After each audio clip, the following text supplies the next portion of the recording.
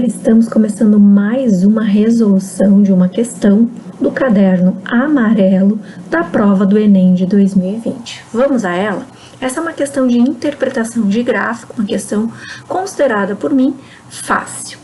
A exposição a barulhos excessivos, como os que percebemos em geral em trânsitos intensos, casas noturnas e espetáculos musicais, podem provocar insônia, infarto, perda da audição, entre outras enfermidades. De acordo com a Organização Mundial da Saúde, todo e qualquer som que ultrapasse os 55 decibéis, unidade de intensidade do som, já pode ser considerado nocivo para a saúde. O gráfico foi elaborado a partir da medição do ruído produzido durante um dia em um canteiro de obras. Nesse dia, durante quantas horas o ruído esteve acima dos 55 decibéis?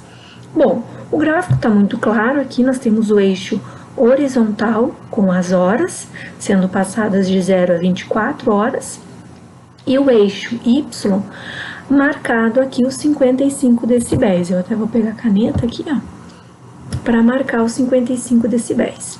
Como a gente quer em quantas horas o ruído esteve acima de 55 decibéis, é só a gente observar o que está acima desta linha no gráfico, né? E aí contar no eixo horizontal quantas horas se passaram. Todas essas curvas posicionadas acima da linha dos 55 decibéis vão ser as horas que vão ser contabilizadas. Portanto, basta fazer a contagem das horas. Vamos lá?